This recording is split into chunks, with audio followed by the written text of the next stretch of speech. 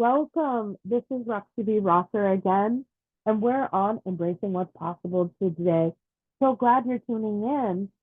And today, as I've been talking about relationships and that we cannot be alone, I have Ilana Morris today with me. She's an operational specialist. I cannot wait to introduce her and have her share some of her stories with us on how she's embraced what's possible and what has worked for her. Because this is what it's all about. We're connecting with others, we're sharing our stories, and we're lifting each other up. Again, thank you so much for being here on Embracing What's Possible with Roxy, and I'm so glad you're tuning into another episode. Ilana, it's so lovely to have you. How are you today? I am good. It's so glad to be here. Thank you for having me. Yeah. I love what you're doing with your show, your book, all of it. Not yet a book. I Maybe a thought book you is had a coming. book. I have a confidence journal and I have a small chapter in a book. Oh, I was thinking of the journal, I think. Because I Oh yeah, I remember have a seeing you confidence had journal. an event for it. Yeah. I did a confidence journal event. I'm probably going to change that book a little bit into an Embracing What's Possible journal. So, you're right on target with that. Yeah, I'll stay tuned for it. Because more is coming. But yes, can you give yourself an introduction? Tell us what you do, who you are, and Yeah. about yourself. Would love to learn more. Yeah, I'm Ilana. My pronouns are she, her. I am an entrepreneur. I'm the founder of Ilana Morris Business Solutions, where I work with other entrepreneurs to set up their back end systems, operations. I try to focus on automating workflow processes and looking at data practices and getting insights from the data you're collecting because entrepreneurs were always collecting information. So those are kind of my focus areas, but that's a big overgeneralization. So exciting. You must have a very unique clientele. I think, they're all very different. They're very interesting people. I tend to work with, like I said, other entrepreneurs. They're looking to either scale their businesses or they've been running it by themselves for a while and they're getting ready to kind of scale up or they're getting overwhelmed. And then they kind of are like, okay, something needs to change. I'm going to bring someone in. But I think and a lot of them tend to be like public speakers or authors, coaches, like executive coaches, things like that. But I think the unique part is that many of the people I work with are either disabled or have AD or neurodiverse. So, you know, it kind of just happened that way. I wasn't necessarily seeking out to only have clients who fit those buckets, but in the chronic illness disability community, we all tend to get introduced to the other people doing interesting things in our field. So that's kind of how I've gotten a lot of clients for now. But, I've also worked with a web designer friend of mine, an interior designer, people I've met that aren't disabled. But again, I tend to get referrals. And so that's been really interesting. Fascinatingly wonderful. So, talk to me when you hear the word embracing disability. A lot of people have so many ideas and options and concepts. I originally named the company Inspiring Disability, and because of the word inspiration foreign, it got a little bit of a slap. And I was like, well, along the road, I don't want this. So I called it Embracing Disability. So when we're talking about disability, and sometimes there's this negative connotation. Yeah, And my company, in this embracing what's possible, I want to be uplifting. I want to be, right. we're empowered. I want to talk Yeah. about our empowerment. So talk to me a little bit about your version and your concept and your ideas around the whole concept of disability. And is it a negative connotation for you or is it something that you can embrace? I think one thing I've learned is, as a society, we kind of view disability as a bad thing, but it's just part of the overall human experience. Mhm. And it's part of the variety of life, like of humanity, anyone Roxy, that, in the disability community, we say it's the only minority group that anyone can join at any time. Yeah. And if you age, you're going to join that group most likely, And with disability or the image of disability, we tend to think of people with walkers, people in wheelchairs, oh, they're wheelchair bound, or, Yeah. they suffer from. But disabled and disability really should have a neutral connotation, in my Mhm. opinion. Yeah. It's not a bad word. I think, Right. these euphemisms we hear are kind of worse. Um, Mhm. I don't know anyone that wants to be called like handy capable or special needs. They're just Yeah. needs. And, Mm. Yes. for me, Right.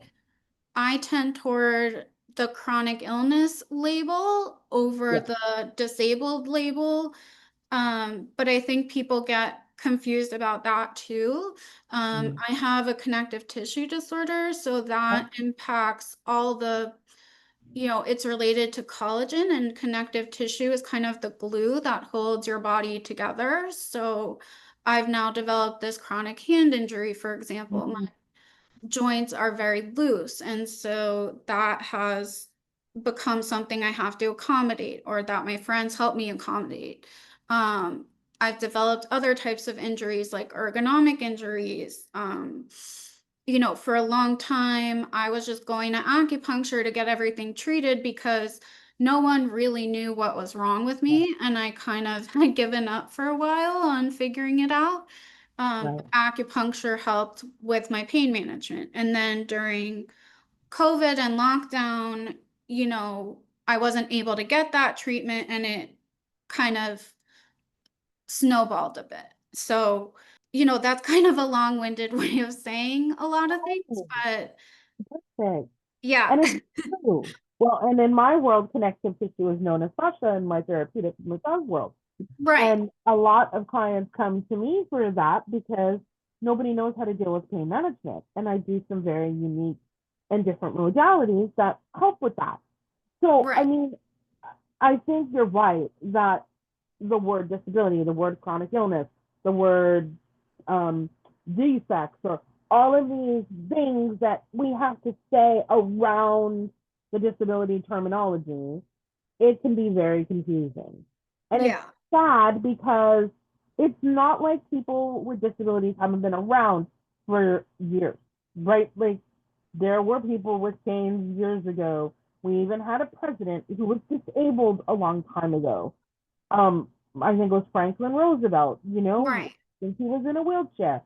And the only symbol that we have when we talk about access is a person in a wheelchair.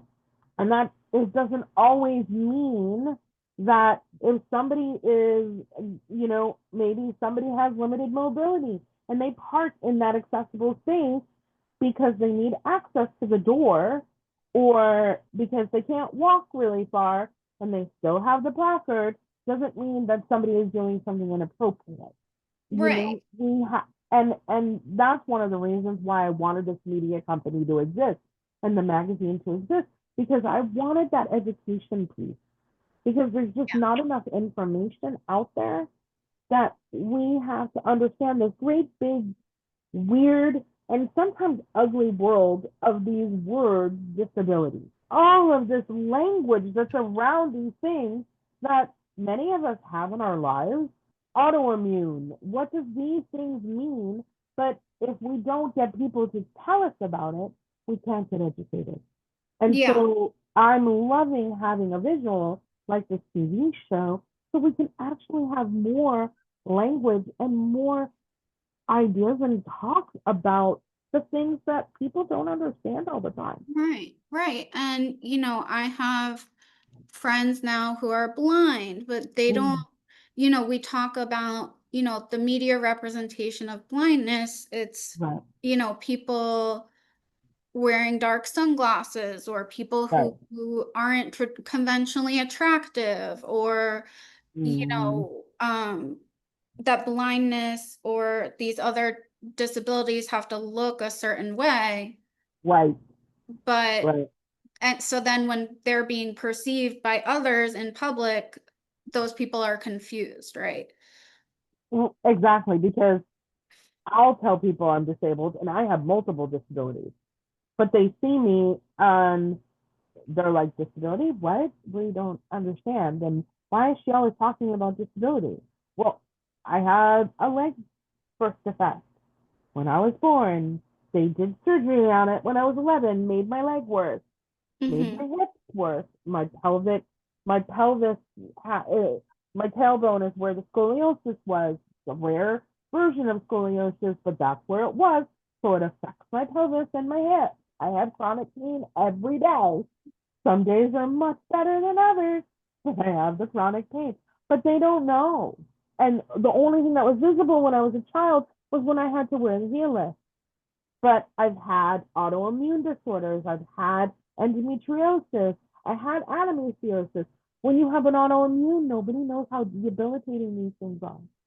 They don't know that, like, I'm going to have to take a longer break because my hand is hurting.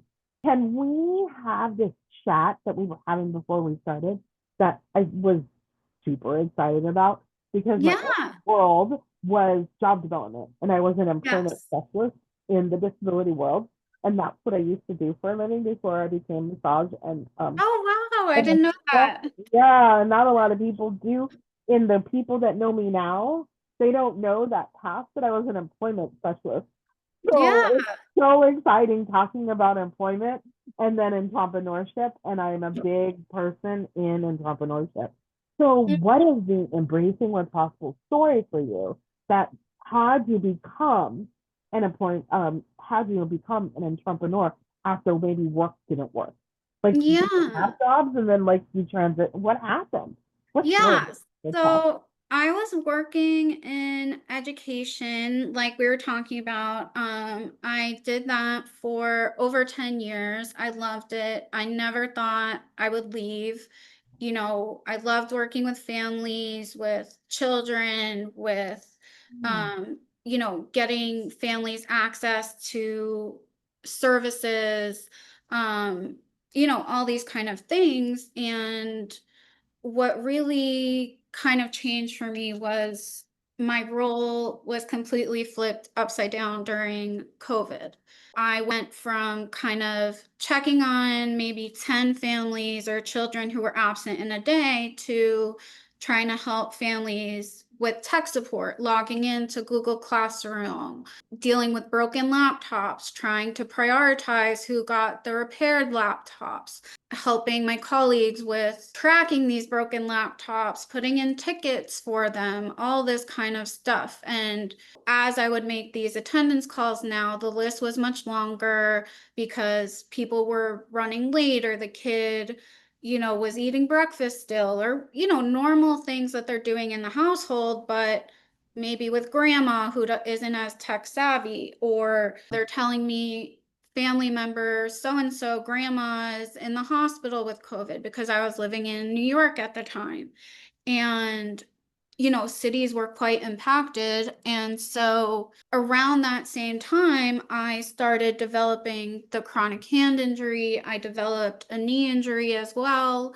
And I just wasn't as able to do my job functions. Like typing was difficult, walking around the school building was difficult. At one point, even when I moved up to Massachusetts, where I live now, I was in the lunchroom with Boston Public Schools and I was helping kids.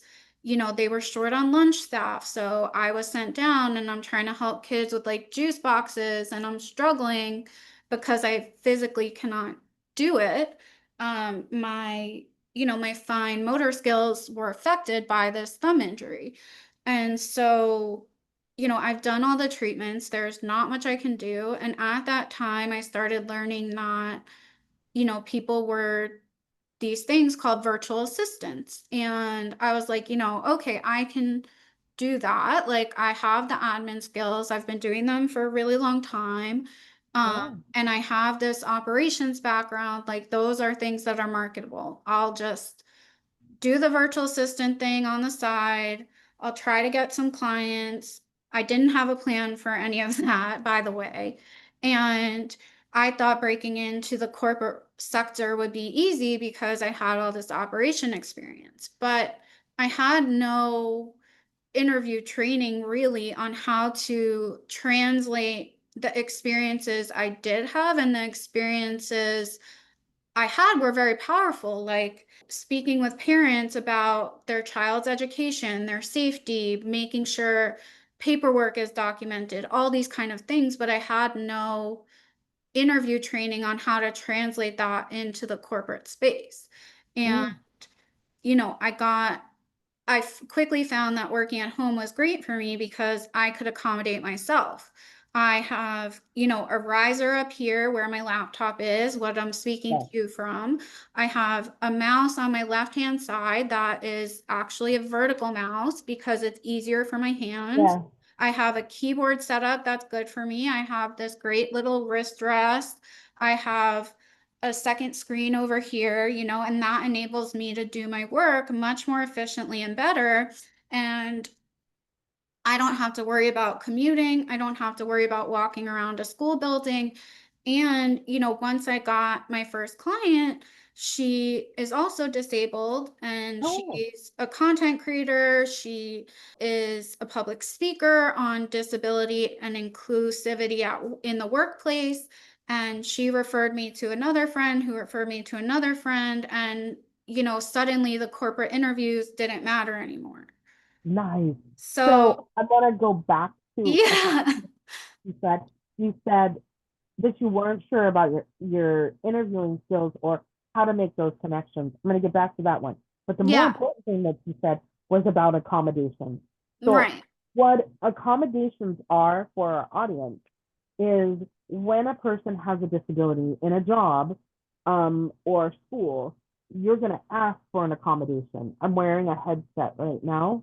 And I've been wanting to have something that's going to be giving me more hands free and I didn't have to worry about the microphone being in Right. front of me. So I'm trying out different kinds of mics, different kinds of things now that I'm moving into the podcasting world. She talked about her whole computer setup, which is amazing. And the wonderful things about this is when we're in the world of disability and entrepreneurship, we can find ways to accommodate ourselves. There is a organization called Job Accommodation Network. It doesn't matter if you're an entrepreneur or if you're an employee, but that one has a slew of resources on almost every type of disability and the types of accommodations that can be available. And some of the things that we were also talking about, it's free or low cost. Look, these headphones that I'm perfect today, didn't even know I was wearing them, $20. And I'm sure your setup was what, under 200? I I don't know actually, Sure. because these I wanted a pink monitor, right? I wanted Right, right. certain color, I have an aesthetic that I'm stuck to, but I think the statistic is that most accommodations on average cost the employer $50 or less. Yes, exactly. Something like $50 that. or I less. don't quote me on that. I don't have the statistic in front of me, but it's something in that range, I believe. And so accommodations are not expensive, but the word accommodation has a lot of fear attached. Right. But if you contact me or you go to the Job Accommodations Network, you would be able to find out how to help you. And then you can contact Ilana. So it sounds like she's got a ton of resources to help on operations program in your company or maybe your small business or nonprofit. Yeah. And I look, mean, and there's a lot of authors that we're interconnected with in our world that do a lot of public speaking platforms. So if you need somebody that has some experience, Ilana sounds like a really good resource for you. yeah. So And I'm to super happy that reiterate, I had her on our average today. sorry to cut you off, but also to Don't reiterate, worry. one of the top things I do with my clients is build them systems that work for them. So if you're ADHD and you don't like to manage a ton of the small pieces of your business, well, let's look at automating some of those, right? So, for me, I work on building a system that works for the person's brain. I'm not selling like a one and done situation, right? Mm-hmm. It sounds like you want to do things for long-term goals. Yes, exactly. That's exciting. That's Yeah. exciting. When you think about accommodations in the workplace, or you think about why sometimes people with disabilities choose entrepreneurship, I know for me, the struggle has been that I felt, especially, it's been a lifetime extension, that I have felt that I've been abused at work, that I have felt that employers, because I'm disorganized, because I have executive functioning issues, and I make a mess, that they'll yell at me, they'll get confused, they don't like that I might need step-to-step information. But I have found that sometimes employers have been really stubborn and really hard to work with. And becoming an entrepreneur, I've been able to make my own policies, my own operations, and some of my own ways so I can be more effective. Or I can build relationships and hire contractors and vendors who are becoming even closer to me to help me accommodate that. Right. So if you're thinking about when the reasons why you became an entrepreneur, and maybe this is a better path or a more extensive path for people with disabilities, what would you share on that? I think that, a lot of people with disabilities find that traditional employment doesn't, I see it go two ways, I guess, is a lot of people who are not visibly disabled will go through the interview process, and then once they get an offer they will request the accommodations because most large corporations have an HR department that is used to fielding those requests and can set them up. So that's one, kind of option if you're visible, if you have an invisible disability, right?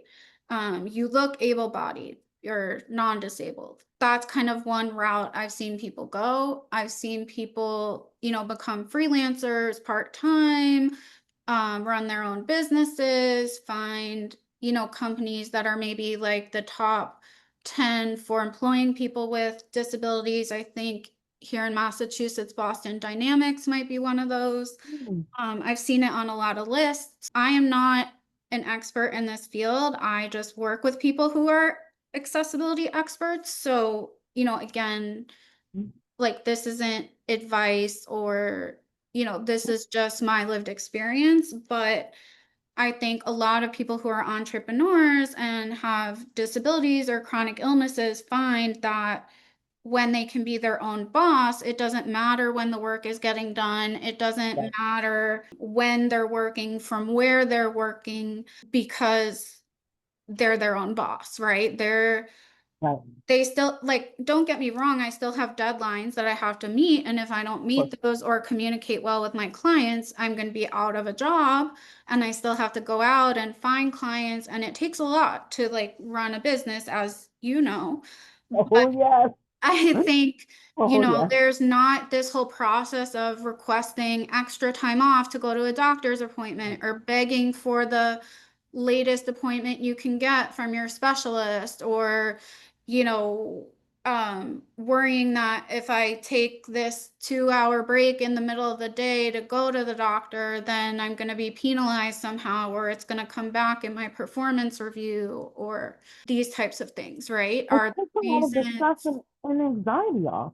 Right, exactly. Mhm. Because, managing a chronic illness is a lot of work. You're constantly dealing with the medical system, insurance, trying to see a new specialist, try to get a different, trying to get medical records, all these kind of administrative pieces that go in it as well. And I feel like, you mentioned that you may not be an expert, but the lived experience is an empowering piece of that. And Yeah. so when we talk about being people with disabilities and or people with chronic illness, that lived experience does make us an expert. I just Of happen to have course. it Yeah, yeah. professional and the personal level, but I want to give you your empowerment back and your value that you are an expert because look at what you are doing. Even though they're tiny little pieces, you're giving people their life back. You're Yeah, I'm giving giving people, people time back. I'm helping yeah. them, with their run their businesses efficiently and effectively, of course. I'm Mhm. I'm just saying a lot of them are much more knowledgeable about accessibility and accessibility best practices, statistics about disabled people in the job market, for example. Yeah. Yeah. Yeah. No, I think that I mean, of course, I'm not even in that world anymore and I'm trying to show off my expertise in new ways and not my old ways because I'm not in the statistical and the data point world anymore. Yeah. I'm Yeah. now in a media world and trying to say this is what I believe in. Yeah. um you're so great and I'm so glad that you're my first guest. I'm thrilled to be your first guest. I You're my hope. first guest in this world of media and learning about chronic illnesses and all of these things that we've been talking about this morning. What do you want to say to the world and tell them that is a good education on understanding things better, understanding the world of chronic illnesses, disability. What would you want people to know better more or have a better grasp on? I think, wow, that's a really hard question. I think Is the main part is like not viewing disability as a tragedy or as something negative because people who are disabled can live really full lives. I mm, think, there are times where I'm like, oh, things would be easier if I didn't have a chronic illness. Like, no one wants to have a chronic pain condition or, these types of things, but there's nothing we've done to like deserve them or to have them, and they're just part of our lives, and understanding that the word chronic means chronic. I'm really not magically going to be better tomorrow, and right. just like anyone else, there's a roller coaster of how I feel. Some days I'm very motivated and productive, some days I'm more tired.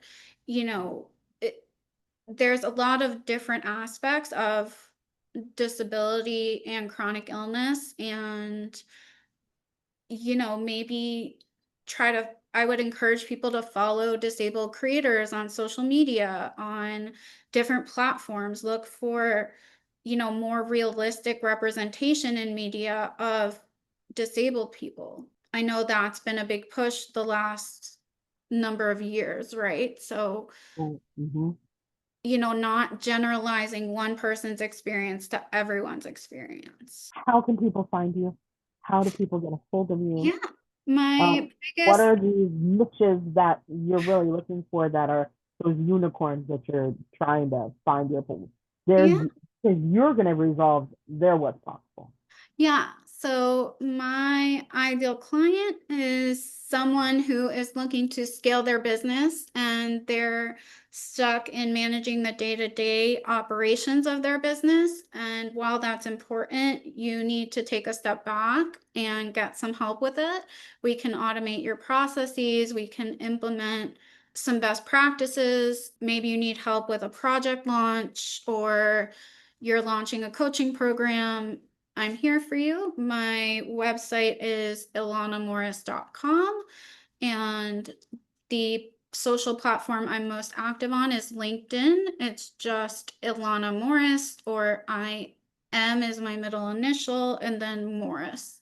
You have been an absolute wonder. I think you've given the audience a ton to appreciate, value, and connect with. And I can't thank you enough for that because we just cannot do this alone. No, And we no can't. one should do life alone. No one should do You life need alone. a community, you need a village. So, Yes, I'm working. Yeah. I've been getting little downloads and little nudges all week that I'm supposed to do a course on communication, relationship building, community building, and how we can strengthen and deepen relationships. So be on the lookout for that on Embracing What's I Possible. will. So I'm very excited and honored that I've gotten to spend some time with you today. Thank Um, you. I'm happy to literally be brought a here. lot of life into our conversation, and I think what you're offering out in the world is really important because there's a lot of entrepreneurs that are struggling with these things and they don't know where to go. And a lot of the people that are part of this community on the Prospera network are a lot of entrepreneurs that are authors and public speakers and podcasters. So you're right at home on our network. And again, thank you for joining us today. And again, I'm Roxy with Embracing What's Possible with Roxy. My website is always www.embracing-disability.com. You can reach me at Roxy at embracing-disability.com. And we will have a next episode coming for you very soon. And I'll be showing you some of upcoming products in for our Roxy's accessibility spotlight movement that we will be working on very soon and getting ready for the holiday season. I cannot wait to join you again on our next episode of Embracing What's Possible with Roxy. Have an amazing Saturday. Don't forget to sparkle. I'm embracing what's possible, heart open wide, where fear used to whisper, now love is my guide. I'm not just surviving, I'm setting the pace, wearing my story with shimmering grace. From shadows to spotlight, I rise and I sing, embracing what's possible, changes everything. This is your Prospera era, where dreams align with grace, abundance flows like rivers. You've stepped into your place. Rise, reign, and remember, you were born to shine. Welcome to your moment, Prospera, it's time. We hope you enjoyed today's show on Prospera TV Network. Make it a point to visit us on YouTube and catch all your favorite shows anytime you want. Interested in hosting a show of your own? Or advertising your business on our network? Contact Ilana Rodriguez.